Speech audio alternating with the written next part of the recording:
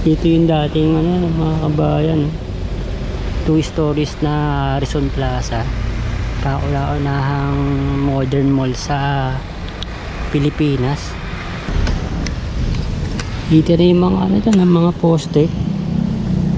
Ang dami mga cranes. Welcome back po ulit sa aming channel.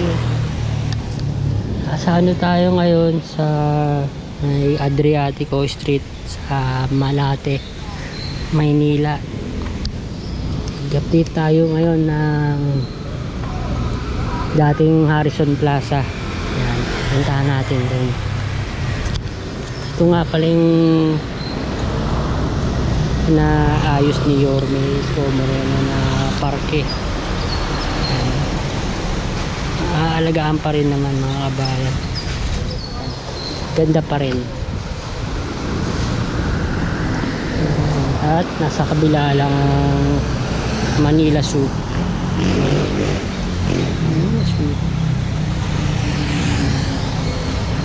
Nandun pa yung pinaka-entrance nya. Nandun pa. Ayun, Manila Zoo. At mga ano dito, mga condominiums, Santras Adriatico Gardens. Pagkalagpas niyan, nandun ang dating Harrison Plaza.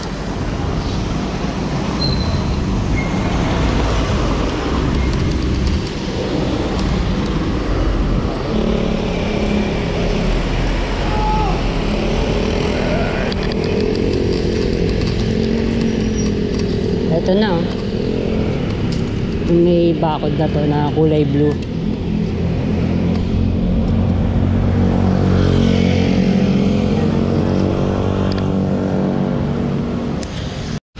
Ayun, katabi niya, Santras Adriatico Gardens.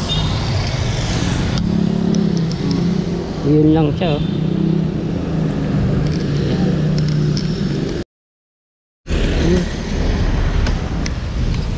Dito na yung mga dyan, mga poste.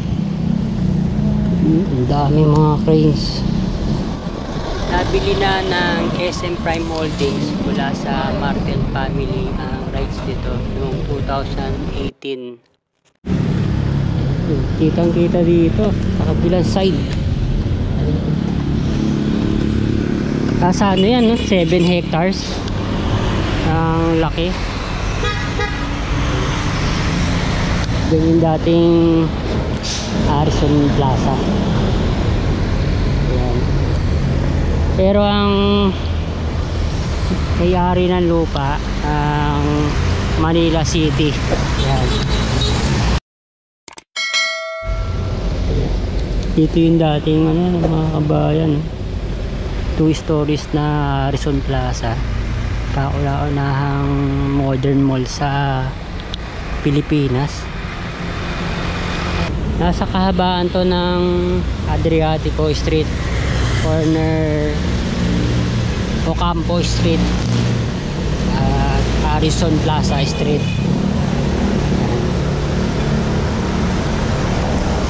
Meron pa siyang katabing isang hotel, isang Century Park Hotel.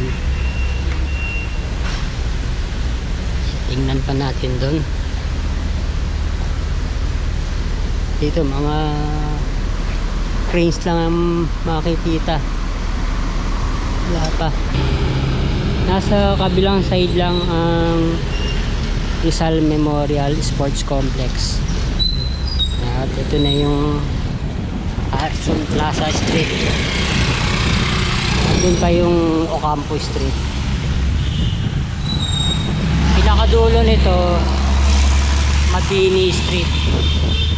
Nandun naman ang Bangko Sentral ng Pilipinas at bagong ospital ng Maynila.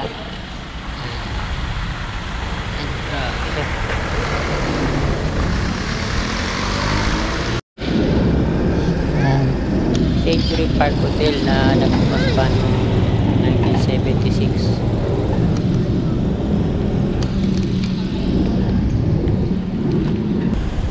Bago to naging Harrison Plaza, Kilala to bilang Fort San Antonio Abad. Naging ano rin to, sementeryo. Tinatawag na Ermita Cemetery at Harrison Park. Ayan na. Yun na siyang mixed use development. Nagkasira-sira lang yung ano, kalsada.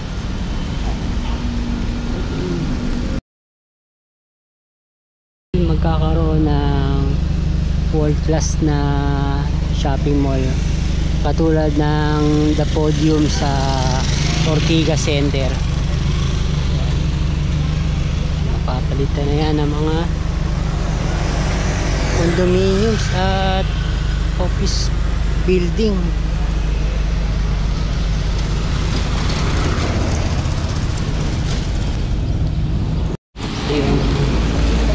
Daming mga nakapark na yan.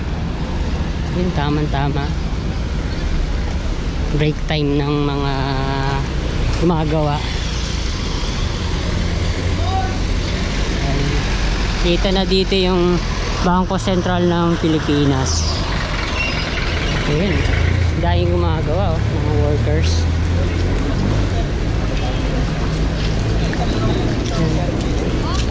Nakita ko lang talaga dito eh. Ayan, sa may kaliwa. Meron dati dyan. May building ka. Ayan.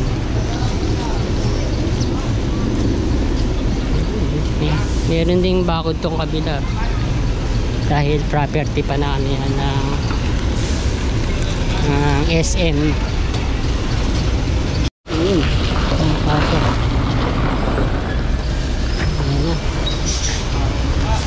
Nung 2020 to 2022 pa natapos yung list talaga ng ano ng Martel family.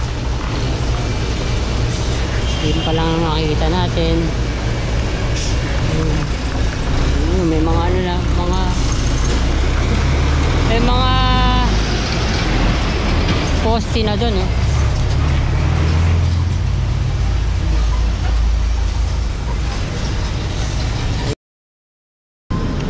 Ito na yung Mabini Street at nandun sa kanto yung Ocampo Street. Yan. Yan, meron pa ring mga ano, mga bakod. Yan. At nandun ang Harrison Plaza. Bangko Sentral ng Pilipinas. Bukod pa sa ano, sa Quezon City, meron din Bangko Sentral doon. Ayan oh. May bakod pa doon eh.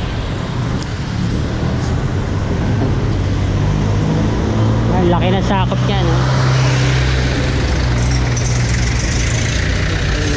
Doon pa. Lagpas tayo dito sa Ocampo Street. May nakita lang ako na nagbabundle ng mga spaghetti wires. Ayan, inaayos na dito.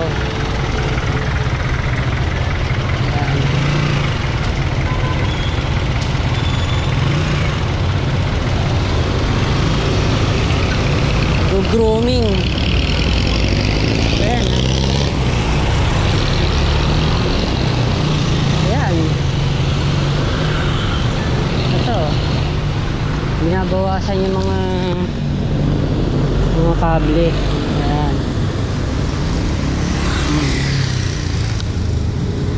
Ayan. Napakaraming ano pala dito. Spaghetti wires. Papuntang ano na to, Roas Boulevard. So yan.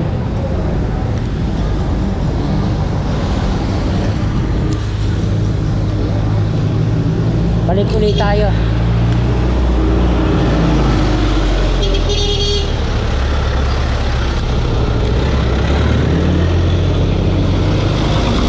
PLDT. Ito na uli yung Ocampo Street. dito mayroong bakod. Ayan.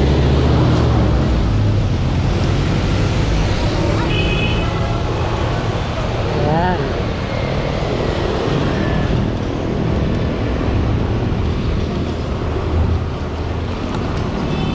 Dali ang may-ari pa rin ng lupa ng Manila City.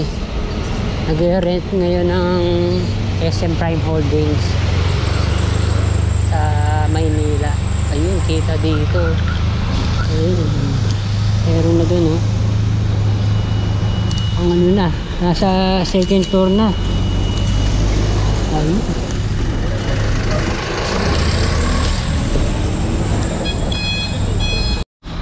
Balik tayo ng Harrison Plaza Street. Yan, magkabilang meron bakod pa hanggang dun sa Ocampo Street.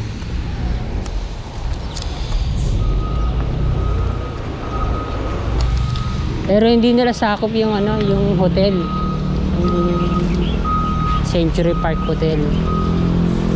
Yan. Thank you for watching mga kabayan.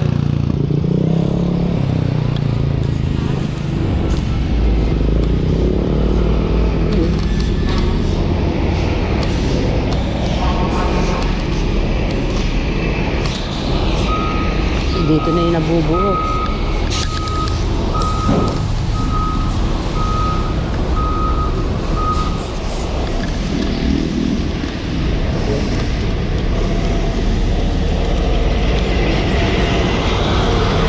Grabe na. Wasak-wasak nga lang talaga itong ano, kalsada. Daanan na natin yung isang world class na project ni Yorme Isko Moreno, yung bagong ospital ng Maynila.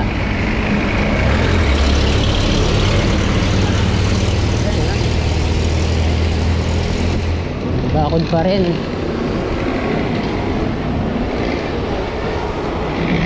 Pinakadulo naman ngayon ito sa Quirino Avenue, Bangko Sentral ng Pilipinas. Laki rin, ano, ang sakop niya.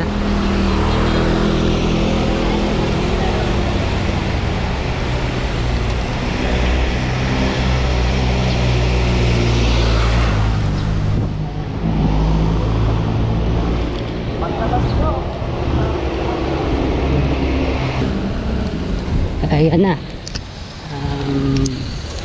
bagong ospital ng Maynila.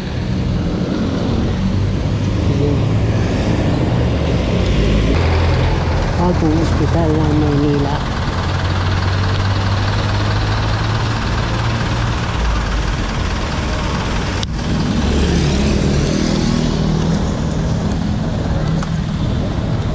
Dahil pang ano dito yung ginagawa,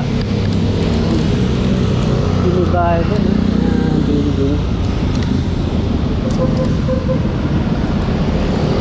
At nasa kaliwa na Roas Boulevard. Ito na, bumalik na tayo ng Quirino Avenue. Ito na, sa kanan natin ang Manila Zoo. Wala na yung mga ano, mga naka-display dito. Yun na. Kasira-sira na yung iba. Ang ganda pa dati dito. Ayan. Wala namang mga ano, mga street dwellers. Pero na luma na kagad.